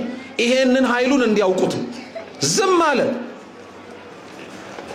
አሁንም ሰንበተታለና ከተወሰነ ቀናት በኋላ ወዳጃችን አላዛር ወዳጄ አላዛር ተኝቷል ልቀሰቅሰው ሄዳላል ደቀ መዛሙርቱ አሁንም ደነገጡ አይ አላዛርማ ከተኛ ይነሳል አሉት ስላልገባቸው ይያለ ያለው ነገር ጨመር አረጋና ወዳጃችን አላዛር ሞቷል ልቀሰቅሰው ላነቃው ሄዳለሁ አላቸው ቶማስ ምን ቢል ጥሩ ነው ልብ ብላችሁ ስሙ እንግዲያውስ ተነስተን አብረን እንሙት ብሎ ሄደ እየሰማችሁ አሁን ማስነሳትና መሞት ምን አገናኘው ልትሉ ትችላላችሁ ክርስቶስ አላዛርን ሊያስነሳበት የሄደበት ቦታ የይሁዳ ከተማ ውስጥ አይሁድ የሚመላለሱበት ነው አይሁድ ክርስቶስን አይወዱትም ቢይዙት ሊገሉት ነው የሚፈልገው ላስነሳው ሄዳለው ሲል መቼም አብረን ሞተ እየኖርን ነው ሄደ ላስነሳው ስትል ቢይዙ እኛም መያዛችን አይቀርም ከዛም በኋላ አንተ ስትሞት እኛንም ምን ማረጋቸው አይቀርም መግደላቸው አይቀርም አይ ቶማስ ደሞ እንዲ ብሎ ያሳዝንም የተያዘባት የጌቴሴማኒ ምሽት ላይ እኮ አብረን እንሙት አላለም ፈርጥጦ ነበር ሄደ አሁን ግን አብረነው እንሙት ብሎ ተናገረ አብረው ተሰብስበው ሄዱ ክርስቶስ መምጣቱ የዛን ጊዜ ላይ ተሰማ ልክ ሲሰማ መጀመሪያ ቀድማ የሄደችው እህቱ ማርታ ነበረች ያላዛር ሄደች ከክርስቶስ እግር ስር ወድቃ አንተ ከኛ ጋር ብትሆን ኖሮ እኮ ይሄ ሁሉ ባልሆነብን ነበር እዚህ ንግግሩ ውስጥ በነገራችን ላይ ወቀሳም ጭምር አለበት ልብ ብሎ ላስተዋል አንተ ከኛ ጋር ባትሆን ኖሮ ወንድማችን ይሞት ነበር ማለት ከኛ ጋር ብትሆን ኖሮ ወንድማችን ምን ያያረግም ማለት ስለዚህ ቶሎ ብለህ ለምን አልመጣህም እንደማለትም ጥያቄ ያለው ማለት ንግግሩ ውስጥ ብዙ ነገር አለበት እንደው ሲነበብ አንድ አረፍተ ነገር ሆነ እንጂ ክርስቶስም የሷን ንግግር ሰምቶ ለምን ትወቅሽኛለሽ ለምን እንዲ ታረጋለሽ አላለም ሐዘንተኛ ናታ ሰው ሲናገር ሰው ሲከፋው ሰው ሆድ ሲብሰው የሚናገረው ነገር ልብ ላይ ለው ስለሚችል ምንም አላላት ወንድምሽ አላዛር ይነሳል አላት እሷ ምን ብላ ቀጠለች አዎ ሙታን በሚነሱበት ጊዜ ላይ እንደሚነሳ ምናለው አለ እሷ አስነሳዋለሁ ያላት አሁን እሷ ይነሳል የምትለው በኋላ ያለ መማር ውጤት ይሄ ነው በነገራችን ሁሌ አላዛር በህይወት ይያለ ክርስቶስ እዛ ቤት ውስጥ ሲሄድ ማርታ ስትንጎዳጎድ ማርያም ቁጭ ብላ ስትማር ነበር ይውላችሁ ቤተክርስቲያን ስትመጡ የቤተክርስቲያን የመጀመሪያው ተልእኮ እንዳትዘነጉት ቁጭ ብላችሁ ትምህርተ ወንጌል ስብከት መማር ከዛ በኋላ ነው ምንሰራው ከዛ በኋላ ነው ምንደክም ለምን መሰላችሁ ማርታ እንደ ማርያም ቁጭ ብላ ተምራ ቢሆን ኖሮ ወንድምሽን አስነሳዋለሁ ሲላት እኮናኒድ ነበር ማለት የነበረበት እሷ ግን የምታቀው ዕውቀት በኋላ እንደሚነሱ ስለሆነ በኋላ ታስነሳዋለህ አለች እንጂ እንደዛ አልነበረም የሱ መልስ ነበር ወዲያውኑ እየሮጠች ሄደችና ወደ እህቷ እያንሾካሾከች ሊያውም ጮክ ብላ አይደለም በጆራ ሄዳ በቀስታ መምሩ መጥቷል ሊያገኝሽ ይፈልጋል ለምን በሹክሹክታ ወረች ምን ችግር አለው ክርስቶስ አዘል ሊደርስ ነው የመጣው ሄዳኮ መናገር ትችላለች ለምን እንደሆነ ታውቃላችሁ እነሱ ለቅሶ ለመድረስ የመጡ ብዙ አይሁድ ነበሩ ክርስቶስን የማይወዱት እና ሄዳ ጮክ ብላ ክርስቶስ መጣ ምናምን ብትል እሱን እንደያዙት ሁሉ እነሱንም ቤታ ውስጥ ያሉትንም ሰዎች ሁሉ በህይወታቸው ነበር የሚመጡባቸው አያችኋት እንዲያስነሳላት ትፈልጋለች ተአምር እንዲያረግ ትፈልጋለች ግን ደግሞ በዛው ታፍርበታለች አሁን የኛ ህይወት እኮ ተመሳሳይ እግዚአብሔር እንዲሰራ እንፈልጋለን ደግሞ እኛም እጃችን እንዲኖር እንፈልጋለን ጽድቅም መስራት እንፈልጋለን በዛው ልክ ኃጢያቱም ደግሞ ባይወጣልንም እንመርጣለን ግራ የገባን ሰዎች ነን ልክ እንደ ማርታ ማርያምም ተነስታ የሮጠች ሄደች መምሩን ካገኘችው ክርስቶስን ከተመለከተችው በኋላ እያለቀሰች እግሩ ስር ወደቀችና አሁንም ምን ብላ ተናገረች እንደቷ አንተ ከኛ ጋር ብትሆን እኮ ኖሮ ወንድማችን ባልሞተ ነበር አለች በዚህ ንግግራቸው ውስጥ አሁንም ድክመት አለ ሳይኖር ቀርቶ ነው እንዴ ያ አላዛር የሞተው ክርስቶስ በቦታ በስጋ ተወስኖ ዛሆነ እንጂ እኮ በመለኮት በሁሉም ቦታ ነው ነፍሱን ከስጋው የለየው እኮ ያው አምላክ ግን ሐዘን ስለጎዳቸው ከኛ ጋር ብትሆን ኖሮ ባልሞተ ነበር አሉት ክርስቶስ የዚህን ጊዜ እንዲያላ ትንሳኤና ህይወት እኔ ነኝ አለ ማንንም በኔ የሚያምን ቢኖር አይሞትም አለ አያጽናናም ቢሄድ እሱን የሚያምነው ሰው ለጊዜው በኃጢያት ይወድቅ ይሆናል እንጂ እያመነው ከሆነ የሚነሳበት ቀን አንድ ቀን አለ እግዚአብሔር ከኛ ጋር ባይሆን ኖሮ እኮ ብለን ያላቸው ብዙ ነገሮች አሉ እውነት ልብ አምላክ ዳዊት እንደው መዝሙሩ ላይ ይናገራል እስራኤል እንዲህ ይበል እግዚአብሔር ከኛ ጋር ባይሆን ኖሮ ጠላቶቻችን የዛን ጊዜ በተነሱበት ወቅት ላይ በዋጡን ነበር ይላል ተነስቶ ቤተክርስቲያን ላይ የሚያገሳው ኃጢያት በሙሉ ተነስቶ ቤተክርስቲያን ላይ የሚጮኸው ጠላት በሙሉ ያልዋጠን እኛ ስለሆንን ሳይሆን እግዚአብሔር ከኛ ጋር ስለሆነ እሱ ከኛ ጋር ባይሆንማ ኖሮ ለጠላቶቻችን ንክሻ ተላልፈን በተሰጠን ነበር። አሁንም ይሄንን ቤተ መቅደስ ተሰርቶ ማለቁን ስታዩ የጊዜውን ማጠር የምኑን ነገር ምን አይግረማችሁ። እግዚአብሔር ከኛ ጋር ባይሆን ኖሮ ብላችሁ ተደነቁ። እርሱ ከኛ ጋር ባይሆን ኖሮ እንኳን ይቅርና እንደዚህ አይነት ይቅርና ጥቂቷንም ጠጠር አንስተን መጣል አንችልም ነበር። እሱ ከኛ ጋር ስላለን ትንሣኤና ሕይወት እኔ ነኝ ማንም በእኔ የሚያምን ቢኖር አይሞትም ማለት። የዚህ ጊዜ ላይ ክርስቶስ ጠየቀ፣ ወዴት ነው የቀበራችሁት አልዓዛርን? አብረው ተሰብስበው ሄዱ። ያን ጊዜ ላይ ሁሉም ሰው ነው አብሮ ሲሄድ ነበር። በነገራችን ላይ አልዓዛርን ክርስቶስ ማስነሳቱ ለአይሁድ የመጨረሻ ለመግደላቸው የቁርጥ ውሳኔ እንደሆነ ታውቃላችሁ። ሆሳና የሚባል በዓል አለ አይደለ? በቤተ ክርስቲያን ያከበርነው አብይ ጾም የመጨረሻው ሳምንት ላይ ሆሳና ብለን ሆሳና ላይ ክርስቶስ ወደ ኢየሩሳሌም ሲገባ ልብሳቸውን ዘንባባውን ምኑን አንጥፈው ነበር። ለምን ያነጠፉለት ይመስላችኋል? በጣም ወደውት አክብረውት ያላንተ አንኖርም ብለው ፍቅራቸውን ለመግለጥ ይመስላችኋል? አብዛኞቹ አይደለም። አልዓዛርን ከሙታን መካከል እንዳስነሳው ስለሰሙ እርሱን ተአምር ለማድረግ እንዲያዩት ነበር የመጡት። ለዛ እኮ ነው ልክ ይሄን ሁሉ ሲያዩ አታዩም ህዝቡ ሁሉ እኮ ተከተለው ብለው በቅናት ልባቸው አበጣዩ። አልዓዛርን ክርስቶስ ያስነሳበት ቀን ማለት እሱ ተላልፎ እንደሚሰጥበት አይሁድ ቆርጠው ሊገሉ የወሰኑበት ቀን። እኛን እኮ ከሙታን መካከል ከኃጢአታችን ያስነሳን ቀን እኮ ጠላቶቻችን ለምን ተነሱ ብለው የሚጎዱን ቀን የሚጀምርበት ነው። ቤተ ክርስቲያን ስለገባችሁ በቅጥሩ ስለተሰበሰባችሁ ፈተና አልባ የሆነ ህይወት ትኖራላችሁ ማለት አይደለም። ግን ከፈተናዎቻችሁ ጋር እግዚአብሔር አለ ማለት እንደሆነ አትርሱ። እግዚአብሔር ሁሌም እንዳለ አትርሱ። በሁሉም ቦታ የማይተው አምላክ ስለሆነ ወዴት ነው የቀበራችሁት አለ። ይዘውት ወሰዱት። የነሱን እንባ ሲያይ ክርስቶስ አለቀሰ። አልዓዛርን መውደዱን ክርስቶስ ለማሳየት እንባውን ያፈሰሰው። እናንተን እኮ ክርስቶስ መውደዱን ለማሳየት ደሙን ያፈሰሰው። ለአልዓዛር ከከፈለው እንባ በላይ ለኛ ከፈለው ደም አይበልጥም? ታዲያ ለምንድን ነው ክርስቲያኖች የደሙን ዋጋ እንዲሁ ዋጋ ቢስ የምናደርገው? እውነት በጣም ነው የሚገርማችሁ። ብዙ ሰው እንደተከፈለለት ዋጋ አይኖርም። ብዙ ነገር ያስጎመጀዋል፣ ብዙ ነገር ያምረዋል፣ ብዙ ነገር ያታልለዋል። አንድም ቀን ክርስቶስን ደሙን ትዝ ብሎት ምናልባት እንኳን ብሎ የለመናቸውን ስጋው የሆኑ ነገሮች እንኳን ለማስቀረት አይፈልግም። አንዳንዴ እኔው ራሴ ራሱ ማለት ነው እንደ ሁላችንም አያምጣብን እንጂ ጌታችን ባዶውን ቆሞ እኛ ከሱ የለመነው ነገር ደግሞ በአንጻሩ በዚህ በኩል ተከምሮ ሁሉም ነገር ብታገኙት የትኛውን ትመርጡ ይሆን? ምንም ነገር ያልያዘውን እንዲሁ ዝም ብሎ የቆመውን እሱን ነው ወይስ ሁሉም የተከማቸውን የአይን የሚያጓጓውን? አብዛኞቻችን አይን የሚያጓጓውን ነው። እሱማ ባዶውን ነው የቆመው። ልብ ብላችሁ ስሙ።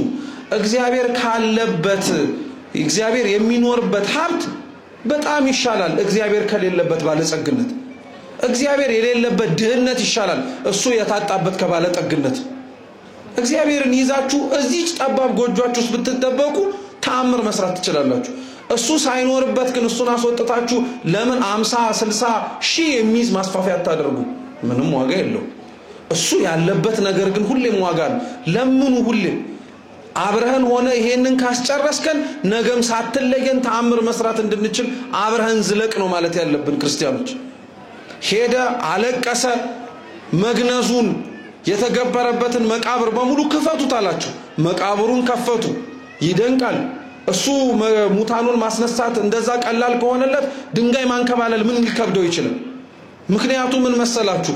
የቀበሩትም ሰዎች አብረው ተባባሪ እንዲሆኑ ስለፈለገ። አንዳንድ ሰው ከእግዚአብሔር ጋር እንዳትቀራረቡ ሲገላችሁ፣ ከእግዚአብሔር ጋር እንዳትቀራረቡ መንገዱን ሩቅ አድርጎ በኃጢአት ሲስባችሁ ያስነሳችሁ ቀን እግዚአብሔር እነዛ የጣሏችሁን ሰዎችን ነው አስነስቶ አብሮ እንዲያመጣችሁ የሚያደርገው እግዚአብሔር። አይገርማችሁ? የቀበሩትን ሰዎች ድንጋዩን አንከባለዋል። የዛን ጊዜ ላይ ጠራው። አልዓዛር አልዓዛር ና ውጣ። አልዓዛር ወጣ ከመቃብሩ። ፍቱትና ይመላለሳል። እስኪ ፍቱትና ይመላለስ በሉ። ታስታውሱ ከሆነ ክርስቶስ ልክ ነፍሱን ከስጋው ከለየ በኋላ 11 ሰዓት ላይ ዮሴፍ አርማቲያስ የሚባልና ኒቆዲሞስ የሚባሉ ሁለት የክርስቶስ ፍጹም አፍቃሪ ወዳጆቹ ሄደው ወደ ጲላጦስ ቀርበው ስጋውን ስጠን ብለው ለምነው ነበር። ዮሴፍ ዘአርማቲያስ ስጋውን አውርዶ እርሱ ለራሱ ባዘጋጀው መቃብር ለማሳረፍ ሲሄድ ኒቆዲሞስ ደግሞ 100 ንጥር የሚያክል የከርቤ ሽቱ ይዞ ነበር። የምን ሽቱ አልኳችሁ? ከርቤ በባህሪው የሚያጣብቅ ሽቱ ነው። እና እንደ አይሁድ ሥርዓት አንድ ሰው ሲሞት ሲገነዝ ሰውነቱን ጨርቁን ከተቀለሉት በኋላ ከርቤ ለቀልቁት ነበር እንዲጣበቅ ጨርቁ ማለት እንዳይለይ። እና ክርስቶስ ይሄንን የአይሁድ በዓል ስለሚያውቀው ሥርዓታቸውን ስለሚረዳው አልዓዛርን ካስነሳው በኋላ ምን አርጉት አለ? ፍቱትና ይመላለስ አለ። ልብ ብላችሁ ስሙ። ጣሊታን ሲያስነሳት ምግብ አቅርቡላትና ተብላል። ያንን ጎበዝ ሲያስነሳው ከእናቱ ጋር እንድትገናኝ አረገው። አሁን ደግሞ አልዓዛርን ሲያስነሳው ፍቱትና ይመላለስ አለ።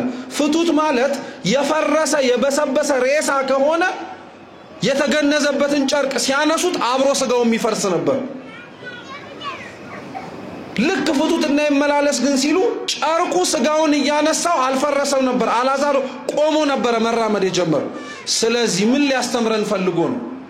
እንደ ጣሊታ ቤተክርስቲያን የሞቱትን የሚያስነሳ፣ እንደዛ ጎበዝ ተስፋ ቆርጠው ከቤተክርስቲያን የወጡትን የሚያስነሳ፣ እንደ አልዓዛር ደግሞ ዓለም ላይ ከተቀበሩ 4 አይደለም 10ም 15ም 20 ዓመት የሰነበቱ ሰዎች አሉ። እዛ ጥልቅ የኃጢአት ጉድጓድ ውስጥ ሆነው እግዚአብሔርን በትዝታ የሚያስታውሱት ማለት ነው። ምን አለ በመለሰኛ አምላኬ እያሉ እዛ ቦታ ኃጢአት የሚሰሩት ሰዎች አሉ አይደለም? እነሱም መነሳታቸው አይቀርም። የሙታንን መነሳት ተስፋ እናደርጋለን። ይሄንን ሁሉ ትንሳኤ እውን ያደረገው ሞተን እንደማንቀር በኃጢአት ብንፈርስም ብንበሰብስም እግዚአብሔር ሕይወት እንደሚዘራብን ያሳየን ትልቁ ትንሳኤ ደግሞ የክርስቶስ ትንሳኤ ነው ክርስቲያኖች።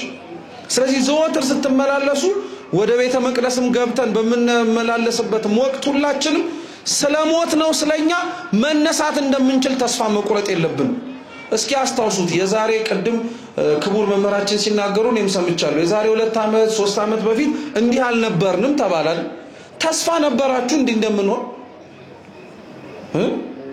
ነበራችሁ? ተስፋ ነበራችሁ? አልነበረንም ማለታችን ይሄ አይደለም 2 ዓመት 50 ዓመት ማያልቅም ብለን ነበር ይሄን ስናስብ ነበር። ግን ያው ይጀምሩት መቼም እግዚአብሔር ያሳለቀበት ወቅት ላይ ያሳልቀዋል። እድሜ ከሰጠን እናየዋለን፣ ካልሰጠንም ልጆቻችን ያዩታል ብለን አልነበር? ይሄ ተስፋችን የሞትን ሰዎች ነበርን ማለት ነው። አሁን ዛሬ እግዚአብሔር ታዲያ ተስፋችንን ከሙታን መካከል አላነሳው? አንስቶታል። ያላሰብነውን ነገር በአይናችን እንድናይ ያደረገው፣ የራቀውን ነገር ያለምነውን እንድንነካው እንድንዳብሰው አደረገ። ይሄ ቤተ መቅደስ ቆሞ ሊሰራ 2 ዓመት ፈጅቶበት ካለቀ እግዚአብሔር እኛን ለማቆም በነፍስና በስጋችን ስንት ዓመት ደክሞ ይሆን? ይሄን ቤተ መቅደስ መሰራቱን ነገ መባረኩን ስታስታውሱ ይሄ ደም የፈሰሰለትን በሜሮን የከበረውን በ40 በ80 ቀን የተጠመቃችሁለትን የክርስቶስ ቅዱስ ስጋው ክቡር ደሙ ማረፊያ ሆኖ ቤተ መቅደሳችሁ ይሄን ስታቆሙት እሱ እንዳይፈርስ እርሱን አደራን እምላችሁ ክርስቲያኖች። ብዙ አብያተ ክርስቲያናት በታነጹበት ብዙ ክርስቲያኖች መሞት የለባቸው።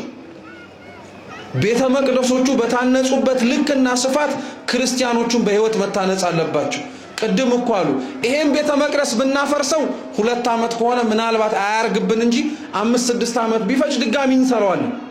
እናንተ ብትፈርሱ ስንት ዓመት ትፈጁ ይሆን ለመገንባት? እኛ ብንፈርስ እግዚአብሔር ሊያስነሳን ስንት ጊዜ ይፈጅበት ይሆን? እየቻለ እንዳይችል መስራት እየፈለገ እንዳይሰራ መሆን እየፈለገ እንዳይሆን የሚያደርገው የኛው የራሳችን የልባችን ደንዳናነት ነው። እባካችሁ ክርስቲያኖች ልባችሁን ለእግዚአብሔር ክፈቱለት። በራሳችን እጅ ልንሞት እንችላለን። በራሳችን እጅ ዋጋ ከፍለን ከእግዚአብሔር ልንርቅ እንችላለን። እሱ ግን ሊያስነሳን ዘወትር ተስፋን የሚሰጠን አምላካችን። ስለዚህ ያንን ተስፋ እግዚአብሔር አሳይቶናል። ዛሬ የሙታንን መነሳት ተስፋ እናደርጋለን። አዎ ብዙ በጽድቅ የተራቡ ለጽድቅ የደከሙ መስጠትን የማያውቁ ሰዎች በመስጠታቸው ምክንያት ይኸው ከሙታን ተነስቷል። ዮሐንስ አፈወርቅ የሚባል የቤተክርስቲያናችን ሊቅ ምን አለ መሰላችሁ? ተአምር አሳየን ብለው ብዙ ሰዎች ይጠይቁት ነበር እና እውነት ተአምር ማየት ትፈልጋላችሁ አላቸው። እንዲያውም ከፍ አረገውና እናንተው ራሳችሁ ተአምር መስራት ትፈልጋላችሁ አላቸው። መቼም ዘመኑ የተአምር ነው አይደል? እዚህ እንደዛ ሆነ እዛ እንደዚህ ሆነ የሚባልበት ማለት ነው። አረ እናንተው ራሳችሁ ተአምር ማድረግ ትችላላችሁ እንዴ? እናንተው ራሳችሁ ቅዱስ ዮሐንስ አፈወርቅ ምናል እናንተ ተአምር ማድረግ ትችላላችሁ እንዴት ትሉኝ እንደሆነ ድሮ ለኃጢአት ይሮጥ የነበረውን እግራችሁን ቤተ መቅደስ ካመጣችሁት ሽባኮ ተረተራችሁ ማለት ነው። ድሮ የማይሰጥ እጆቻችሁን አንስታችሁ ለእግዚአብሔር ቤተ መቅደስ ምጽዋት መስጠት ከጀመራችሁ ሽባ የሆነውን እጃችሁን አነቃችሁት መስጠት ጀመራችሁ ማለት ነው። ስለዚህ እግዚአብሔር እኛንም ከሙታን አስነስቶናል ማለት ነው። ከተቀመጥንባቸው ሌሎች ወንበሮች አምጥቶ እዚህ ቦታ ላይ እንድንቀመጥ አረገ። አንድ የሆነች ሴት ናት ይባላል። እየሰማችሁ ነው? ያቺ ሴት ለቤተ ክርስቲያን ምጽዋት ለመስጠት መጣችና 20 ወቄት ወርቅ ወይም 20 ጆንያ ወርቅ ነበር ይዛ የመጣችውና ወደ ገዳሙ አበመኔን ታንኳክታ ገንዘቤን እንዲቀበሉ ይፈልጌ ነው አለቻቸውና መነኮሳቱ ሌሎቹ ተቀበለን እናቀበልልሽ ሲሏት በፍጹም እሳቸው ካልሆኑ እንዲቀበሉልኝ አልፈልግም ማለት። አንዳንድ ሰው ያባዚ ያለበት ለእንትና ካልሰጠ እግዚአብሔር የሰጠ እንደማይመስለው ማለት ነው። ተሸክመው አመጡና አስገቧት። እሳቸው ሰሌን እየታቱ በዘንቢል እየሰሩ ነበርና ቀናም ብለው አላዩአትም ስራ ላይ ስለሆኑ ንቀት አይደለም ስራ ላይ ስለሆኑ ከመረቹና ወርቁን ተቀበሉኝ አለቻቸው። እኚህም አባት ምን አሏት? ከተቀበላት በኋላ እግዚአብሔር ይስጥሽ አሏት። እስኪ እግዚአብሔር ይስጥሽ በሉ በሉ ሁላችሁ ጮክ በሉ እንጂ እየመረቃችሁ አትቆልም ለእናንተም ይሰጣችሁ ሆናል። እስኪ እግዚአብሔር ይስጥሽ በሉ እግዚአብሔር ይስጥሽ አሏት። 20 ወቄት ወርቅ ነው ያመጣችሁ 20 ጆንያ ሙሉ ወርቅ። ዝም ብላ ወጣች ቀጥ ብላ ሄደች። ከዛ ግን ትንሽ ከሄደች በኋላ ከነከናት።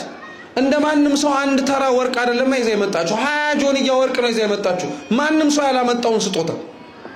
ከዛ በኋላ ተመልሳ ሄደችና አስገቡኝ ብላ ገብታ ብላለች ምናልባት አላዩት ይሆናል እንጂ 20 ወቄት ወርቅ ነው ያመጣውትና ቅድም እግዚአብሔር ይስጥሽ ስላሉኝ እንደው ካላዩት ዝም ብዬ ለማመላከት ነው አለች። ያው ዳርዳሩ ምንድነው መመስገን ፈልጋል። ከእግዚአብሔር ይስጥሽ ውጪ ሌላ ብዙ ነገር እንድትባል ፈልጋል። እና እኚህ አባት ምን ብለው መለሱላት መሰላችሁ? የሰጠሽው ለማን ነው አሏት። ለኔ ነው ለእግዚአብሔር አሏት። ለእግዚአብሔር ይስጥና እግዚአብሔር ይስጥሽ ከማለት ውጪ ሌላ ምን አለ? የሰጣችሁት ለእግዚአብሔር ከሆነ እልልታ ግርግርታ አታሰሙ። አመስግናችሁ እግዚአብሔር ይስጣችሁ ሲባል አሜን ይስጠኝ ሰጥቼ ለመስጠት ያብቃኝ ነው የሚባለው። ብዙ ለቤተ ክርስቲያኑ እንኳን አስተዋጽኦ አርጋችሁ ሊሆን ይችላል። ከሌላችሁ መቀነት ላይ ፈታችሁ ሰጣችሁ ሊሆን ይችላል። አልተመሰገንም ብላችሁ ልባችሁ የተጎዳ ሰዎች ካላችሁ አይዟችሁ እግዚአብሔር ይስጣችሁ እኮ ብለዋል ካህናቱ አይደል እንዴ? አሜን ብላችሁ ተቀበሉ። የሰጣችሁት ለማንም አይደለም ለእግዚአብሔር ነው። እርሱ እናንተ መቀነት የፈታችሁትን እሱ ደግሞ በፈታችሁበት ፋንታ የህይወት ቋጠሮ እኮ ይፈታል መልስ ይሰጣል። ስለዚህ በዚህ ቤተ መቅደስ ስራ ውስጥ በዚህ ቤተ መቅደስ ህንጻ ውስጥ ምናልባት አንድ ሰው ሁለት ሰው ሶስት ሰው ብቻ ሳይሆን ሁላችሁም ብትመለከቱት አይነሳ የመሰለን የራሳችን የሞተ ማንነታችን ተነስቶበታል። እውነት እግዚአብሔር አምላካችን ክብር ምስጋና ይድረሰው። ይሄን ቤተ መቅደስ ባንሰራ ኖሮ አንሰበሰብ። ይሄ ቤተ መቅደስ ባይኖር ኖሮ እጃችን ለጽድቅ አይሮጥም ነበር፣ እግራችንም አይገኝም ነበር። ወንበሮች ደድረን ድንኳን አቁመን ነገ ስራ አለብን ብለን ለጽድቅ አንሰማራም ነበር። ይሄን ቤተ መቅደስ በዚህ ቦታ ላይ ያቆመው አምላካችን እኛንም ከዚህ ቦታ ሳያሳጣን ጸንተን እንድንኖር ይርዳን። ያስተማረን አምላካችን ስሙ የተመሰገነ ይሁን። በተማርነው ፍሬ እንድናፈራ ይርዳን። በጎደለው በክቡር አባታችን በሊቃውንት የሚታረም ይሁን። ወስብሐት ለእግዚአብሔር። በኔ ዘመን ቤተክርስቲያን አትዘጋም። በኔ ዘመን ቤተክርስቲያን አትዘጋም። የቤተ ሀጌ ሚዲያ ፕሮግራሞችን ስፖንሰር በማድረግ መንፈሳዊ አገልግሎታችንን ይደግፉ። ቤተ ሀጌ ሚዲያ በገጠርና ከተማ የተዘጉ አብያተ ክርስቲያናትን ለማስከፈት ታስቦ የተከፈተ የዩቲዩብ ቻናል ነው። ምርትና አገልግሎቱን ለማስተዋወቅ ከታች በሚያገኙአቸው ስልክ ቁጥር ደውለው ያናግሩ። ቤተ ሀጌ ሚዲያን ሰብስክራይብ፣ ኮፒ ሊንክና ሼር ማድረግ የገጠሯንና በከተማ ያሉ አብያተ ክርስቲያናትን ለማስከፈት አንዱ አገልግሎት ነው። ቤተ ሀጌዎች ነን። ቤተ ሀጌ ሚዲያ